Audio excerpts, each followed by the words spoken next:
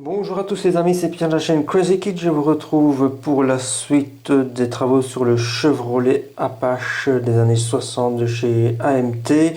Mais tout d'abord, nous allons parler un petit peu de cet aérographe Sparmax. Voilà, une petite conclusion avant de commencer. Donc on m'a posé des questions sur le poids.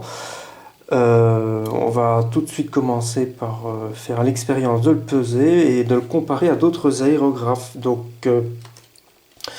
Voilà, si on pèse le Sparmax, nous arrivons, comme vous pouvez le voir, à 237 grammes. C'est le plus lourd que j'ai. Mais honnêtement, le poids ne me dérange pas du tout. Je vais revenir juste après. On va faire une petite comparaison avec d'autres. Si vous prenez par exemple l'aérographe Iwata Eclipse HPCS, on arrive à 116 grammes. Si vous allez sur un aérographe Apache VLS, étonnamment 105 seulement, alors il est quand même bien gros, bien costaud, 105 grammes. Amusons-nous encore à faire quelques comparaisons. L'aérographe Aztec de chez Testor, 118 grammes.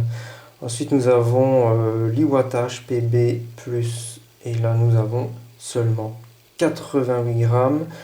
Continuons à nous amuser un peu à faire des comparaisons avec un aérographe chinois à 20 balles de chez Amazon, 98 grammes.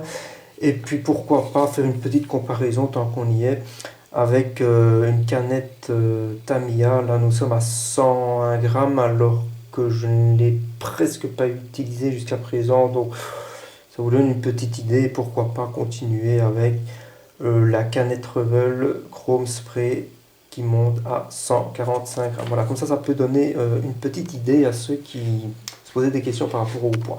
Alors le poids sur cet aérographe-là, il ne gêne absolument pas à partir du moment où la prise en main est vraiment excellente. Et alors au lieu d'avoir une gâchette ou sur de très longues sessions, vous allez peut-être un peu avoir mal ici. Enfin, quoi que moi ça ne m'est encore jamais arrivé, mais bon, si on essaie vraiment de trouver les qualités en cherchant vraiment, ou des défauts en cherchant vraiment, ça peut arriver avec une gâchette, vous voyez, que vous arriviez à être un peu embêté ici, ce qui ne vous arrivera jamais avec un truc pareil. Puisque là on est vraiment dans quelque chose de très confortable. Donc pour conclure sur cette petite série qui mélange progression du Chevrolet Apache et test de ce Sparmax, et bien voilà, il est génial. Pour les carrosseries, je vais continuer à l'utiliser évidemment, hein, c'est vraiment génial. Et puis évidemment, ce qui me plaît le plus, je l'avais déjà dit, c'est pour ça que je voulais un aérographe de ce genre-là, c'est le G-plat. C'est vraiment, vraiment plus naturel de peindre des carrosseries avec un G-plat. Et puis voilà, prise en main magnifique, précision. Comme j'avais déjà dit dans la première vidéo consacrée à cet aéro, on appuie un peu et on a juste l'air qui arrive et puis on réappuie plus et là on envoie la peinture, le primaire ou le vernis. Donc voilà, c'est vraiment magnifique, très bon aérographe. Moi franchement je vous le recommande, surtout si vous faites beaucoup de maquettes de voitures. Bon rapport qualité-prix. Maintenant nous allons passer à la suite. Alors, avant l'application du vernis, j'ai eu envie de mettre des calques sur ce pick-up. J'ai cherché un petit peu ce que j'avais dans les boîtes de maquettes construites dans lesquelles il y avait des calques que je n'avais pas utilisés, mais je n'ai rien trouvé qui m'emballait vraiment pour ce type de pick-up. Et puis finalement, j'ai décidé d'utiliser les calques à l'effigie d'un garage imaginaire, hein, le Cat's Auto Body, se trouvant sur 24 W Main Street. C'est une planche de calque qui vient de la boîte du Ford Custom Pickup de 1940 de chez Monogram Classic à l'échelle 1/24.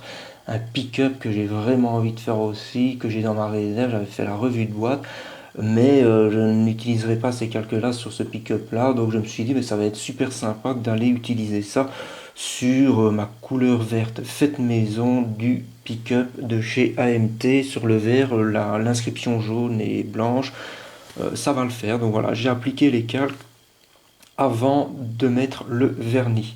En ce qui concerne le vernis, c'est un grand classique maintenant chez moi. J'ai utilisé le vernis de chez Mr. Hobby, le GX 112 dilué en 50-50 avec le Leveling Tiner 400.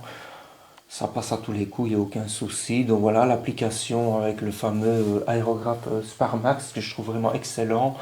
Ça aura donc été ce pick-up, ma première carrosserie complète avec ce nouvel aérographe.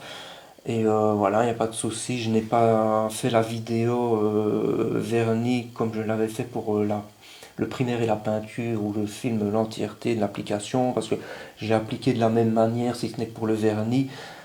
J'aime bien de monter à 2 barres de pression pour frapper le vernis directement sur la carrosserie, comme ça il se tend beaucoup mieux. Donc voilà pour les petites infos pour ceux qui sont intéressés pour le détail. Mais donc euh, voilà, application du vernis après avoir appliqué les calques venant de la boîte de chez Monogram sur le kit de chez AMT.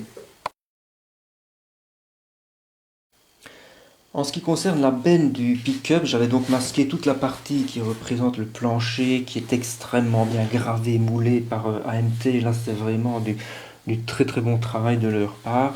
Et là, je me suis tourné vers un coffret que j'avais acheté il y a un certain temps, qui est vraiment génial. C'est un coffret de la série Color, série Effect de chez Valero. C'est un coffret destiné à faire des effets woody. Le coffret Old and New Wood Effect. C'est de l'acrylique et franchement c'est magnifique. Donc après avoir démasqué la partie qui représente les boiseries, j'ai appliqué au pinceau euh, la peinture Wood 71.077 Madeira. Et ça s'applique très très très très bien au pinceau. C'est vraiment magnifique, mais ça s'applique aussi très bien à l'aérographe, même sans diluer, ça passe. Voilà. Donc c'est une peinture que j'ai appliquée sur la face dans la benne, et puis sous la benne, j'ai également appliqué cette peinture. Une fois qu'elle a été sèche, j'ai utilisé une autre peinture qui se trouve dans le coffret dont je viens de vous parler. C'est le Dark Grey 74 517 Valero Wash FX. Donc j'ai repris la peinture que j'avais utilisée de façon brute, mais j'ai mis quelques gouttes du Wash Effect pour faire un effet plus foncé.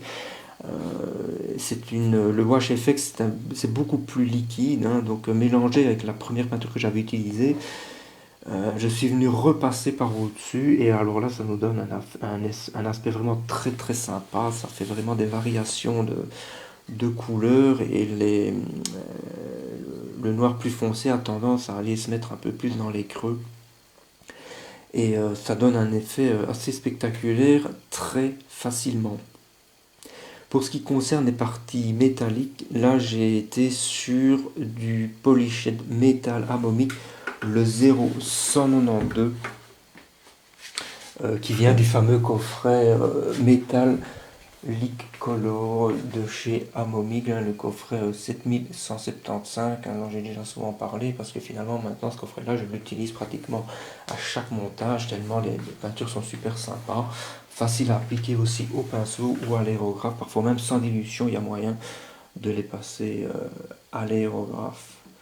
En ce qui concerne les roues de ce pick-up, j'avais envie de roues un peu plus custom, donc j'ai récupéré les jantes qui se trouvaient dans la boîte de la Chevrolet Del Rey 2 en 1 de chez Rover. J'ai sur ces jantes appliqué le primaire gris de chez AK, le 758. Et ensuite, je me suis mis en tête de faire quelque chose d'un petit peu funky, donc j'ai utilisé la peinture Green Stuff World Color Shift Metal Tropical Green qui vient en fait du pack Color Shift Metal, le set numéro 2. Et quand j'ai appliqué à l'aérographe cette peinture Green Stuff sur le primaire gris, je trouvais que l'effet n'était pas spectaculaire et on voit beaucoup trop le primaire en transparence. Alors j'ai hésité à décaper, je me suis dit je vais pas décaper, je vais balancer une couleur métal plus foncée par au-dessus. Et là, j'ai opté pour la peinture de chez Amomig, la Jet Exhaust Burn Iron, l'Amomig 187 que j'ai envoyé donc par au-dessus. Et puis sur cette peinture-là, je suis venu remettre une couche de Tropical Green et là, je trouvais que l'effet était vraiment pas mal. Je me disais peut-être que d'avoir superposé trop de couches, ça n'ira pas, mais j'ai voulu tenter le coup en me disant au pire, c'est très facile de décaper 4 jantes, quoi. C'est pas comme quoi il faut décaper une maquette complète, où là c'est plus embêtant. Mais là, je trouvais que le résultat était sympa. Donc j'ai laissé sécher ça comme ça et une fois que ça a été sec, j'ai appliqué un vernis acrylique polyuréthane de chez Valero, le 26 650, mélangé avec le Thinner Airbrush, toujours de chez Valero, le 71 161 et avec quelques gouttes de Airbrush Flow Improver, toujours de chez Valero, le 71 462, parce que je ne pouvais pas mettre un vernis Mr. Robbie sur des peintures acryliques à l'eau, il y aurait eu une réaction. Donc voilà un peu pour les roues et je trouve que le résultat est vraiment pas mal.